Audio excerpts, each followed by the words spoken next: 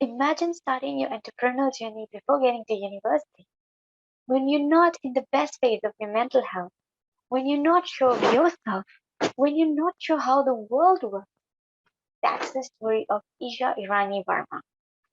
She is the ambassador at Asia Pacific Youth Service, peace ambassador at Mayor Bongi Foundation based in Bangladesh.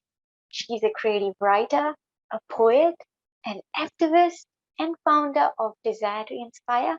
And she is also the founder and director of Isha Investments. And guess what? She's not even 20 yet.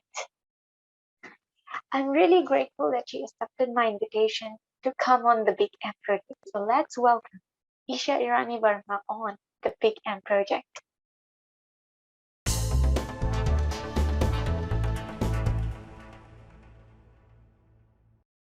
Thank you, Isha, for accepting my invitation and coming on the Big M Project and being the first ever guest. So thank you so much. We all know that you have been part of a lot of things in your life and you're just a teenager, right? Um, what inspires you? Okay, firstly, thank you so much for inviting me. And I know it's been a very, very long time. It was supposed to happen, but we are here now. So, something that inspires me, my very first inspiration to start up all this work was my sickness. Yes, sometimes when, especially teenagers, when they get sick, they get tired of their life. They said that they don't want to live anymore. But for me, it was an inspiration. I used to really love netball. I was a diehard netball friend. But when I got sick, I got introduced with RHD. Then that's the time I started to take up with all these activities. And as I got forward in my journey, the inspiration kept on changing. Like sometimes there was a time in my life when everything I saw was just inspiration. So when I was in class 8, there was once a time when there was a netball match scheduled, and I was supposed to be part of the team, but I got admitted at CWM Hospital. CWM is famous now, so I was admitted there for 1 week, and that was the first time ever I spent my Christmas and Boxing Day in a hospital with the kids. So I was the eldest kid in the children's ward. So that was the inspiration when I came out. My doctor told me that you cannot play sports now. You need to be very cautious of what you do. So I decided to step away from sports. And as I came to high school, there is one mentor of mine, Mr. Ashtil Chand. He was my English teacher in Form 3 and Form 4. Due to him, his advanced way of teaching English, I got interested in poetries, I got interested in short stories, and I started writing over the time. Nice, beautiful. Why start business so early? So the normal way of doing things is you go to preschool, you go to primary school, you go to high school, you go to tertiary, and then you do whatever you want to do, right? But you're still in tertiary. It's your first year as doing bachelor's of law. So why get into business so early? Okay, so the inspiration behind this business story is that my dad was a businessman, not a big businessman, but he was um, he was a SME and a company owner. So before I was born, my mom and dad used to own a restaurant in Savu Savu called the Country Kitchen, and it is located at such a beautiful place. If you're watching from Savu Savu, you must know where that place is. And then after that, when I was born, when I was in class 7 or 8, my dad and I used to own a restaurant at Walube. So there was a restaurant beside Quality Print at Walube, but we closed that because my father suddenly started getting sick. So this business thing was in the family always. And another reason was the viewers won't believe, but I started my first mini business when I was just in class 3. Oh, nice. So what was it about? I haven't told this to a lot of people about this class 3 business. This is the first interview platform I'm revealing that I had a business in class 3 because so when I was in class 3, my mom used to wake up early. She used to go to work. So before she used to go to work, she would make the bara and bhajia, the most well-known snacks, bara and bhajia. So I was very fond of writing. Yes, I was really fond of riding bicycles. So as I would wake up at 8 in the school holidays or in the weekends, I'll wake up at 8, I'll pick those vara and bhajia, I'll ride my bicycle, I'll go around the streets of Nambua asking, do you want bhajia? Do you want vara? And the exciting bit is that people used to buy. One day my mom made the vara and bhajia, but I slept. I overslept. I woke up at 10 and there was a horn outside. Like someone was horning and I was like, who is this? I went out like, you were supposed to bring our vara and bhajia. Where is it? I said, sorry, until I slept. So that is exciting. And just a month ago, I was in class 3 that time, and currently I'm a first year student, as Mayuri has said. My customer whom I served when I was in class 3, he recognized me in RV Patel Center Point. He said, are you the same girl who used to sell bara and bhajia in Nambua? I said, yes, I'm the same girl. So that's exciting. What is Isha Investments about? And when did it start? Okay, so as you were saying that there's a process that you follow. You go to preschool, primary, and then you go to high school and tertiary. So when I was in high school, my father passed away when I was in Form 6 in September 2019. But that was another inspiration for me. It was very disheartening for me, heartbreaking, but it was an inspiration for me. I always told my dad that one day I'll be a bigger businesswoman than you. Like, I'll beat you in business. I challenged him always. So, come when I was in Form 7, I was just a few weeks away from my final exams. Few weeks away from my final exams. During my study times, I went to the office where you registered the business, ROC office, registrar of companies. I registered my business then. At that time, a normal high school kid would be bothered of preparing for exams or doing something, and I was that much into my business. So I registered my name, and I knew what Isha Verma Investments was about. So those of you who don't know, Isha Verma Investments is an enterprise. Under that, I'm registered to do retail. I'm registered to do food and beverages, caterings, and other small businesses that comes under it. So I registered that, and we were already getting orders for caterings, for sometimes there was orders for like products like honey and other homemade products, and it was exciting. Nice. What was your Yeah. budget when you started? If you don't mind sharing. Yeah, actually, literally, this is something that I will never forget in my life. I'm not saying that my mom never supported me, but my mom was not happy with the idea of me starting a business at that age, because it was just me and my dad who were into the business concept. My mom never loved those business ideas. So I didn't have any single cent at that time, since my father was also not there. I was really broke, I can say.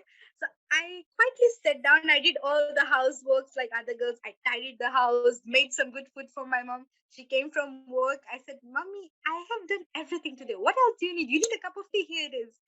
And she said, what do you want? I said, can I just borrow $15, please? And she said, why? I said, I want to go and register my business. And she was looking at me Oh, like, ah. So she gave me $15, and I went and registered my business. And so basically, it started from $15, and then again I took another $100 from my mom to start up the first catering order that I had. So yeah. so you cook, or did you have a team? Okay. Actually, I do cook when it's small orders, but when there is a big order, then my mom does cooking. So there is one special thing about my mom. She has like more than 35 plus years of professional cooking experience. So that is Oh, something wow. that is like the taste is worth the experience. So whenever I have orders, I have to really be a good girl at home so that she can cook my orders. So I have Oh, to for my customers. So she cooks which always. you have a chef at home. Yeah. Lovely. Moving on to being an ambassador, right? You're an ambassador at Mayor Ponki Foundation and Asia Pacific Youth Service. What does being an ambassador mean? So the simplest definition that I could give to those people who don't like highly professionalized terms, Being an ambassador simply means you're representing a particular organization or something at some place. So when you say that I'm the Fiji ambassador for Asia Pacific Youth Service, my job in Asia Pacific Youth Service forums is to represent Fiji. But when I come back here at home, I am Asia Pacific Youth Service here at home. So if there's anything in relations to that, it's my job to interrelate and coordinate stuff. So I got this position in 2019. It was just started with a joke and a challenge between me and my dad. So I applied, and luckily I got interviewed, shortlisted, and I was selected as the ambassador. The interesting fact to note is when I got elected in 2019, I was the only ambassador from Fiji and the closer Pacific Island countries. So in 2020, we again started recruitment, and then I encouraged a lot of people to apply. And then we elected another ambassador for Asia Pacific Youth Service. His name is Mr. Broderick Merivin. So he got elected as the ambassador, and there was a girl in PNG, I think she got elected as the ambassador. And for Mayor Pongiki Foundation is it's developing. It's still developing, and it's an organization based in Bangladesh. It's based in Bangladesh. So what happens there is they got a lot of fields. So I'm part of their peace ambassador team. So what we do as peace ambassadors is we try to promote peace. We try to create awareness, peace and harmony. So that's what we do at Mayur Pongiki Foundation. So how do you promote peace? If you would like to share, I know. what is part of that? So what happens? So what happens is that we have at times monthly meetings or 3 monthly meetings, and there we try to come up with ways, means, and ways of how to do campaign on social media. So if you must be reading some of my articles, the recent thing that I launched was therapeutic readings. So when you talk about therapy, so it's simply about therapy. What happens there is you try to bring in peace through your words. You try to promote something that does not include violence. You try to tell people to move away from violence. So it's just the small media things that Nice. How did you find out about Mayor Pongi Foundation being in Fiji? Okay, so for Mayur Pangiki Foundation, I didn't find out about it. I think that is one point I feel that I was blessed in my life with being in the social space, is that when I got elected as the ambassador for Asia Pacific Youth Service, one of our ambassadors was from Bangladesh, and we connected on Facebook. And from that time, one day suddenly I received a message from someone living in Bangladesh, and I thought it was just a spam message or something like that. And they said that we have seen the wonderful work that you are doing, and we would love to award you a certificate and want you to be part of our peace team, peace ambassadors team. And that's how it all started. Oh So wow. this Mayor Pongiki Peace Ambassadorship was awarded to me in 2020. Lovely. A lot of people might think being an ambassador means you're earning something, right? So Really appreciate this question, because a lot of times my friends taunt me, I would say, that, oh, you are trying to be like, you're not trying to spend, you're not trying to live the life of an ambassador. I said, excuse me, do you even know that I don't get paid a single dollar in it? It's just my own efforts that I'm trying to make the society a better place, and I'm trying to interconnect between a lot of people. So it's not payable. Like, if you are thinking that I'm getting paid as ambassador, I'm not getting paid as an ambassador. So the only source of income that I have is through my entrepreneurship journey, and if ever I do consultations and stuff. So the thing about ambassadorship is you can apply for funding, but that funding is not for your personal use, it's for projects. right. So become a social investor, I think it should be a call from your heart. Yes, it should be a call Right. from your heart, because just wanting to be ambassador for the sake of showing it to others, it's not how you're going to fulfill your responsibilities, I believe. So yeah. True. That's beautiful. So only um these positions are for those who really want to make some difference in other people's life or to environment and do something nice. Um, from the previous conversations we had, um, Isha has been writing since primary school. She's been poetic since primary school, and she discovered it magically, I guess. She was. Yes.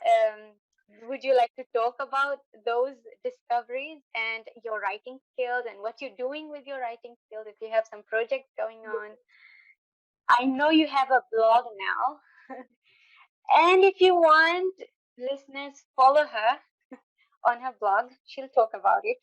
So the thing is that when I was in primary, I had a very good class 8 teacher, year teacher, Mr. Maricello Modetumba. So he was a man of his kind. He inspired me in a very different way. These days, some males, I'm not blaming all, but some males are hesitant to talk about menstruation. And so that is one thing that inspired me to go and speak out. And he also told me that you don't need to worry of being sick. You are always special. So I started writing, but I kept it to myself. When I came to high school, Form 3, Form 4, I met Mr. Ashnil Chand, my form teacher, the mentor behind my poetry, behind my writings, the person who I really ever won't forget whenever I become a successful writer in future. So he really taught us an advanced level of English and a lot of inspiration from him. And I started writing. Come Form 5, I started publishing my write-ups. But I had a Instagram page with more than 5K followers. But when my dad passed away, I was so crazy. I deleted my Instagram with 5K followers, and Oh. that's one of the moments I still regret why I did it. And I also deleted my blog sites. So the first ever blog site that I created, it had a lot of blogs, it had a lot of following in it. But while trying to delete the secondary sites, I accidentally deleted the primary sites. So Oh. blog sites got deleted, and then over the time, the inspiration just like it went away, and I thought that okay, I won't publish online. I'll just try to write and keep it to myself, or I'll try to publish a book. Then in Form 6, I started compiling a book. I'm currently working on 2 books. I've been telling people I'm working on 2 books, but if you'll ask any writer, they'll tell you it's not an easy job to compile a book. You might think it's the time you sit down and you just type a book. It's not that way. So I started a book in 2019. There is one book. It has poetry compilation.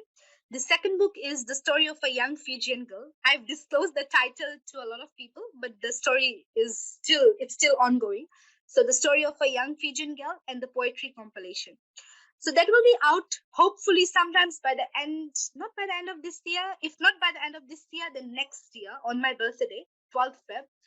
And these days, after all that incidents that happen in my life, these days I feel so fortunate, so blessed, and I want to thank that person personally from my heart. If you're watching that video, Mr. Subhash Prashatham, he is that one person because of whom I discovered a new me and a real me. After the passing away of my father, I really changed.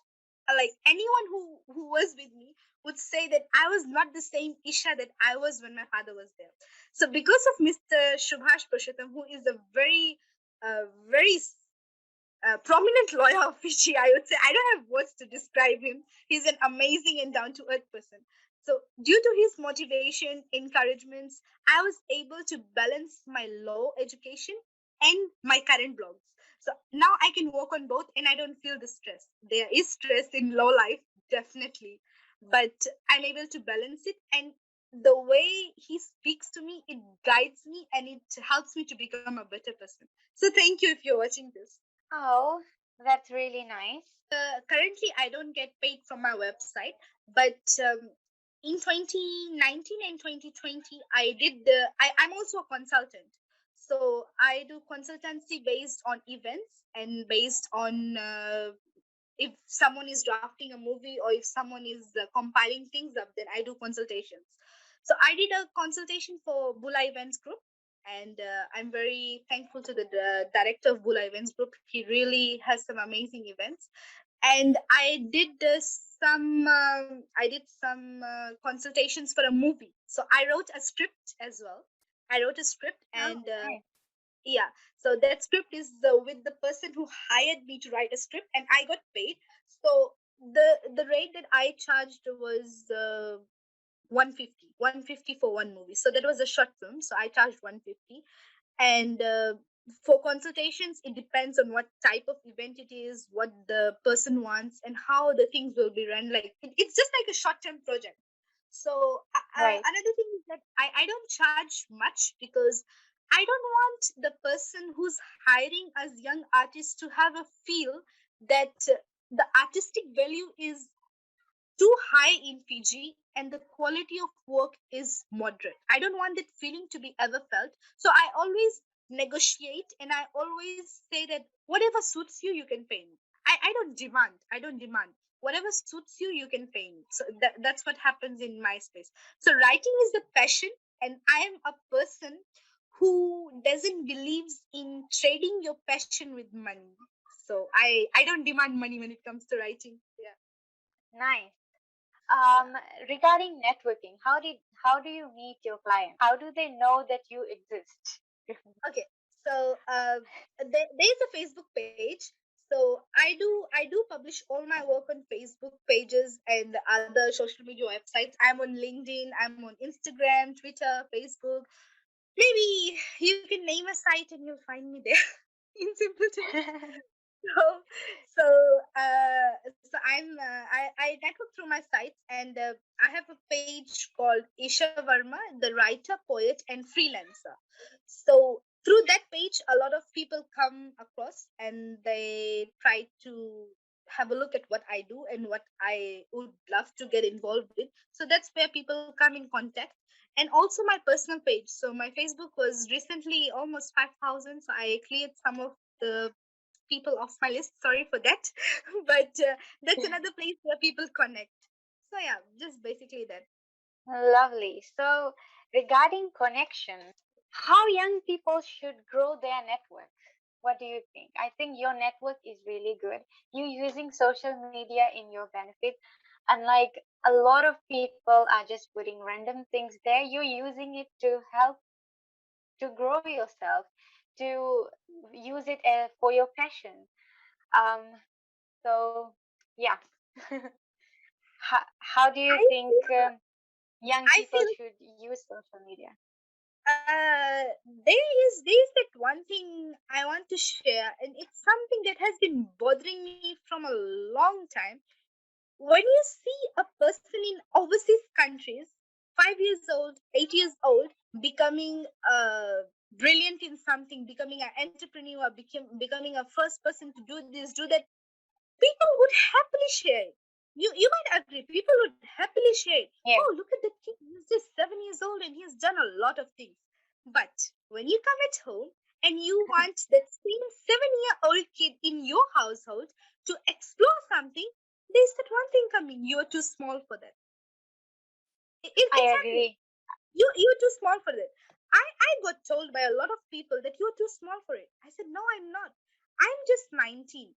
I do get told by a lot of people when they look at me, when I'll dress up, they'll say, oh, you are 23, you're 24. I remember I went to a conference. I went to a conference and someone said to me, so, ma'am, you don't have a case today? And I was like, case for what? I think you're a lawyer, right? Excuse me, I'm not a lawyer. I'm still a Form 5 student. And that person was looking at me like, what?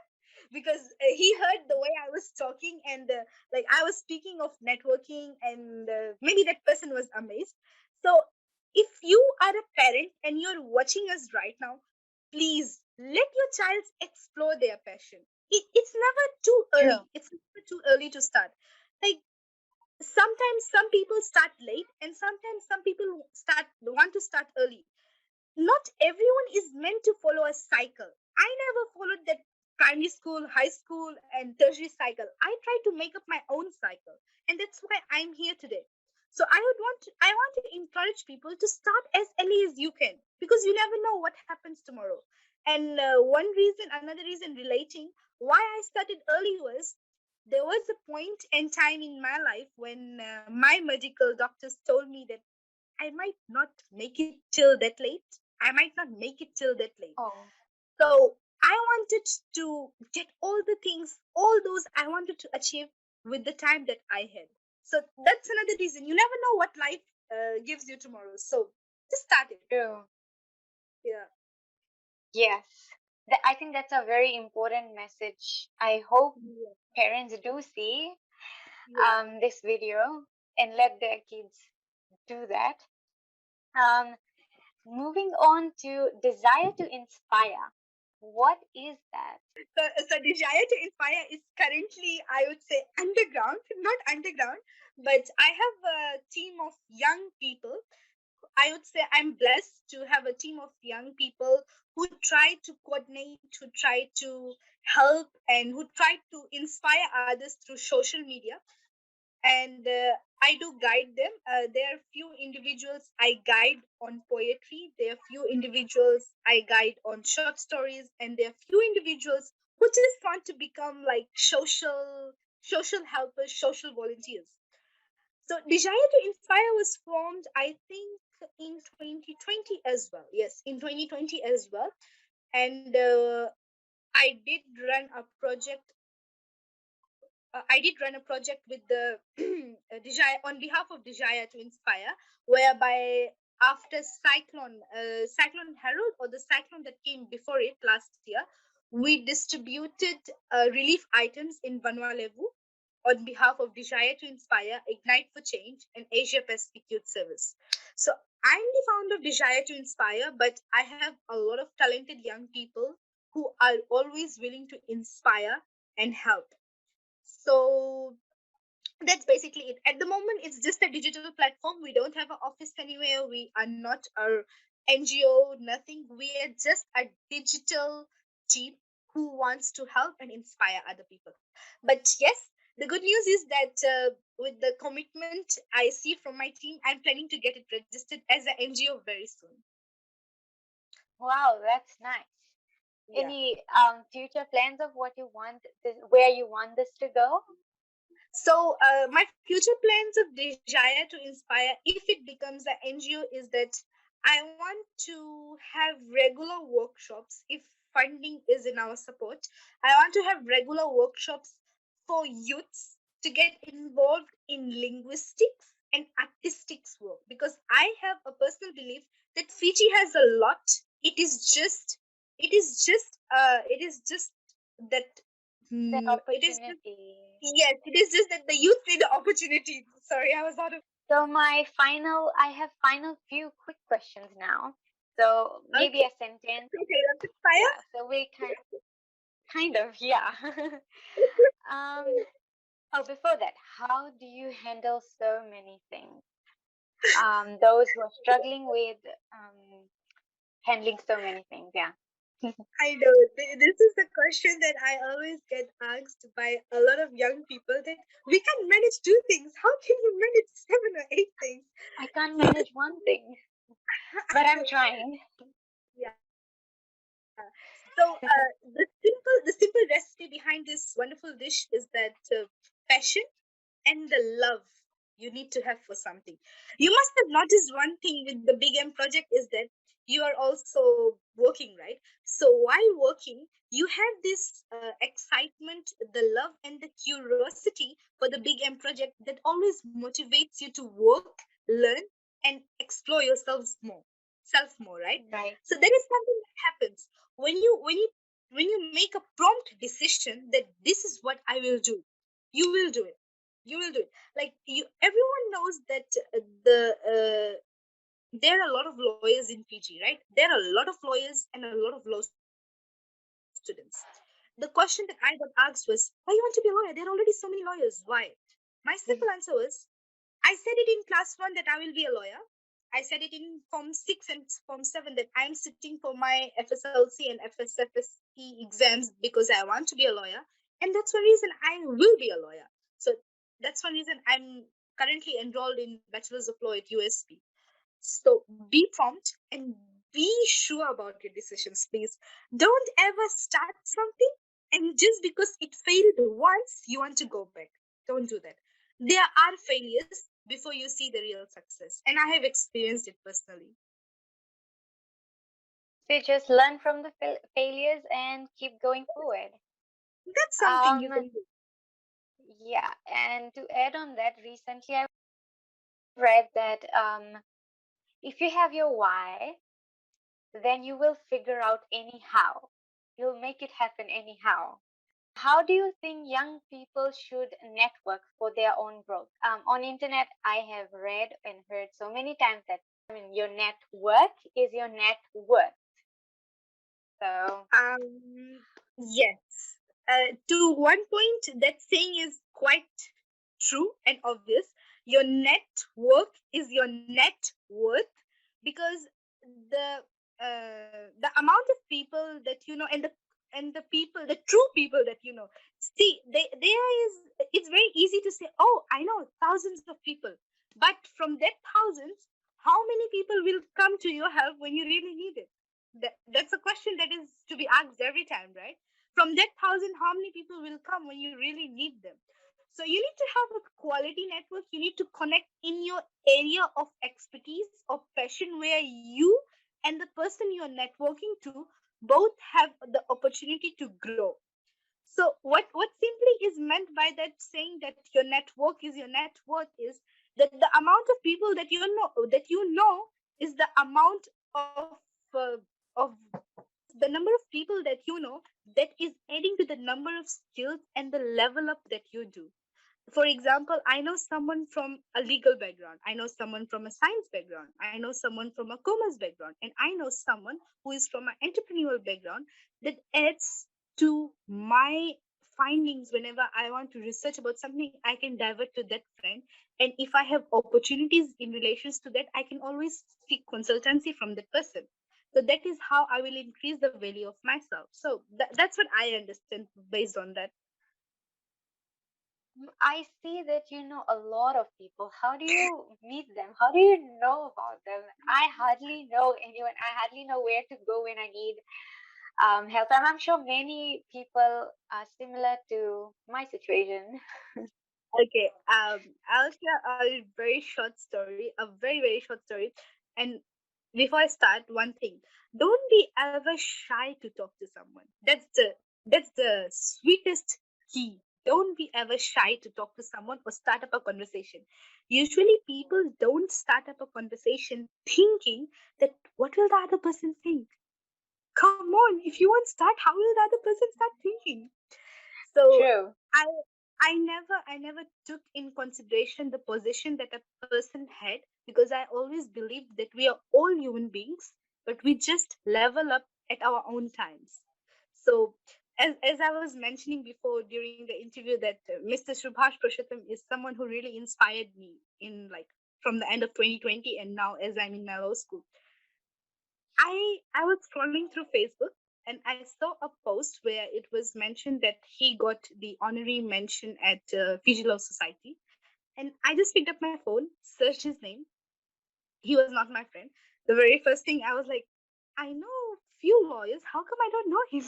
That was the first thing that came to my mind. And I sent him a friend request.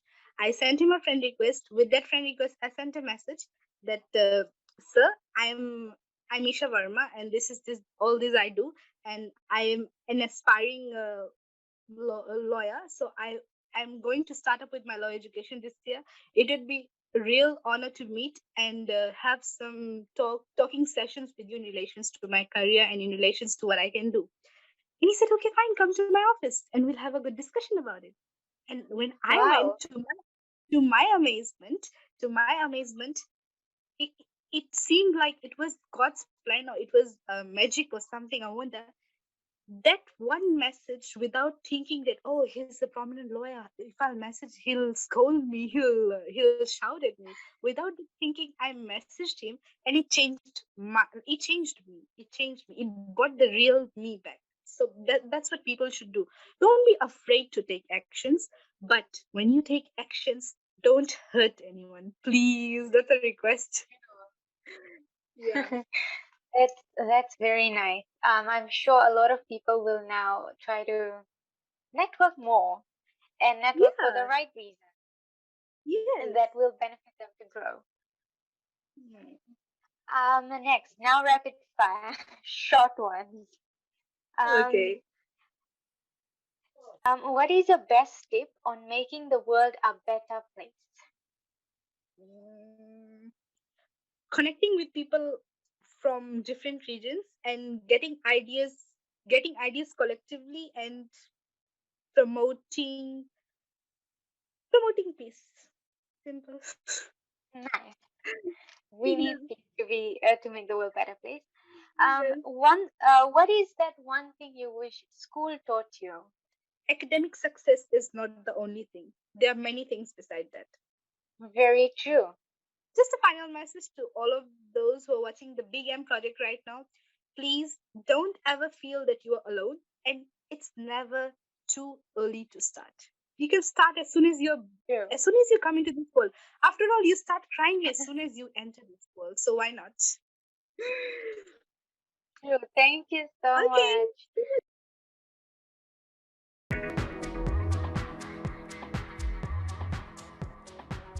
I, I hope you enjoyed watching this video and learned something. Please comment and let me know what was your best takeaway from this video. See you next time.